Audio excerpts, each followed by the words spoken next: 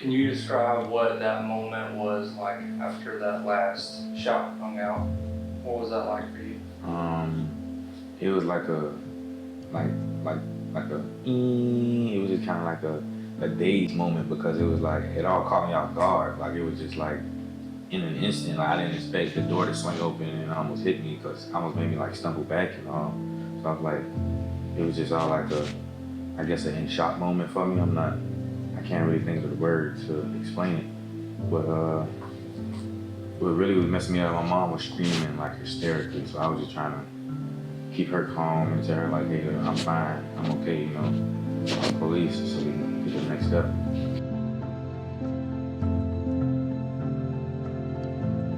Before I even got to the county jail, I sat at the little, I guess that's the interrogation room, for like 3 hours, maybe 4 hours. And then they came and asked me like what happened or, you know, what transpired. You know, I gave them the rundown or whatever about like what occurred during the shooting. And then they came back like 30 minutes later and it was like, he been charged with murder, he didn't make it. I'm like, dang. So it was like, that was just like, they can do whatever they want to, like apparently, like, you know, because like they didn't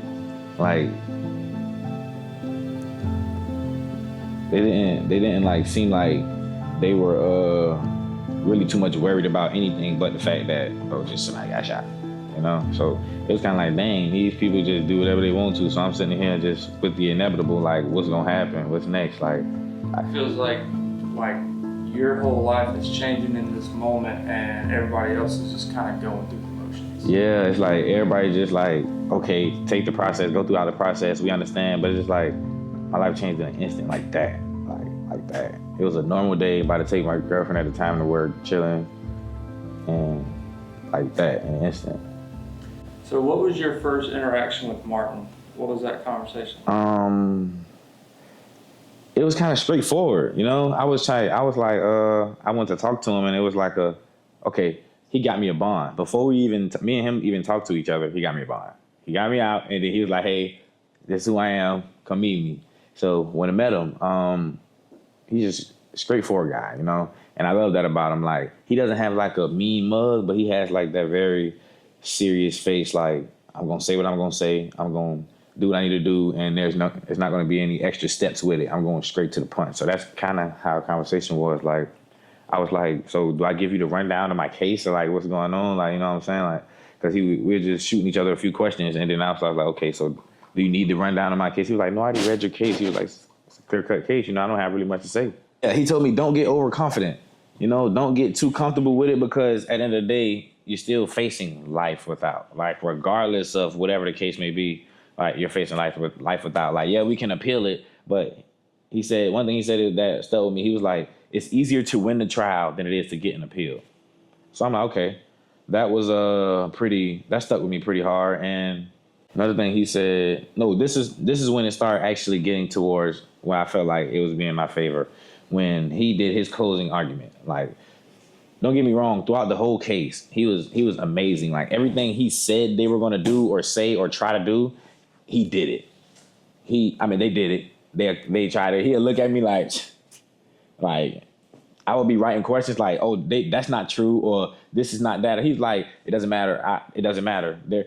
I told you they're gonna try to make it about this, that, and the third, but at the end of the day, the law is cut and dry. So it's like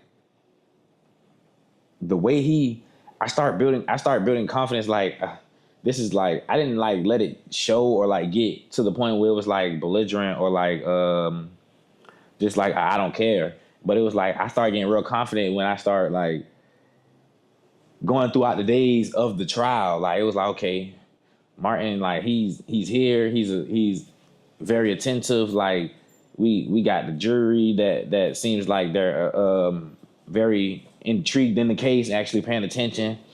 So it's like they as in the DA, they just were they might have built my confidence a little bit, being that Martin called out everything that they were gonna do and say and how they were gonna go about things. It was just crazy.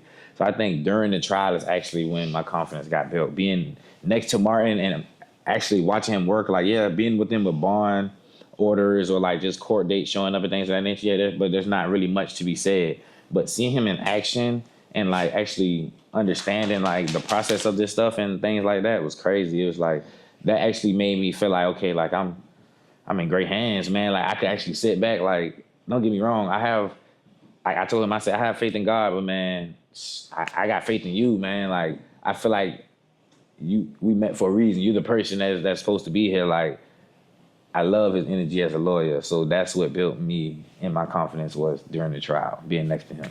I feel like the people need to hear my story, like what really transpired, because there was no eyewitnesses to it besides me and him. Like my girlfriend was in the room, my mother was in her room. Like the only eyewitnesses was just me and him. So it was like, I feel like the people needed to hear my story. But then going throughout the case and then hearing like how he was going about it, like I felt like personally, like I would step on the toes of how we're going about the case with me testifying. The verdict day was so many thoughts about the entire case, not even just the verdict day. So it was like, dang, so many things was going through my head on verdict day. That was the only day I sweated in the courtroom. Like I had on 3 shirts every day and I was shivering cold. But that verdict day, I was very sweaty. Like I was palm sweating. Like it was nerve-wracking because when they was doing the verdict, it was like, okay, they had to send me back to the holding cell. Okay, that's understandable. Sitting there, I maybe was there for like, the verdict maybe took 2 hours if I'm not mistaken. Then they had to ask like a few questions, you know? So being the questions they asked, it was like, me and Martin was like, we don't know if those are good questions for us, you know? But then I was kind of thinking like, okay, maybe they're asking this because of this, you know what I'm saying? Instead of just trying to think like, oh, the questions are against me, you know? So with that being said, it was like, okay, I went to the holding cell again for another like maybe 30, 45 minutes. And then they came and got me. So I'm sitting there and, you know, I didn't say anything. Anybody, I turned around to my people that was sitting in the courtroom. I just, you know, did like that. And I nodded my head at my pops, man, and my little cousin. And then Martin was like, however it go, don't show emotion, don't react, you know? Because even if you get past the first one, the second one is still life without. Then if you get past the second one, the third one is still 1 to 20. And I'm pretty sure we're going to get if we get convicted of this, it's probably going to be a high end of it because it's just a low version of whatever they tried to give me the first time.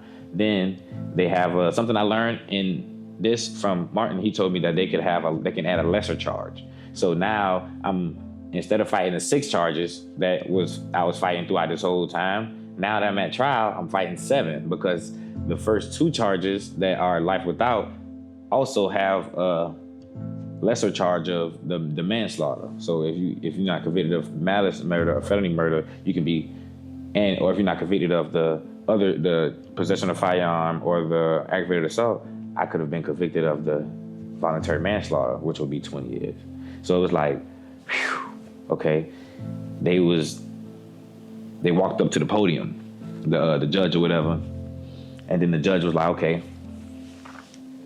They were doing like the little, you know, talking back and forth or whatever, and had shown them the paper, you know, they flipping through the papers and things. And then I seen the DA tap Martin on the back.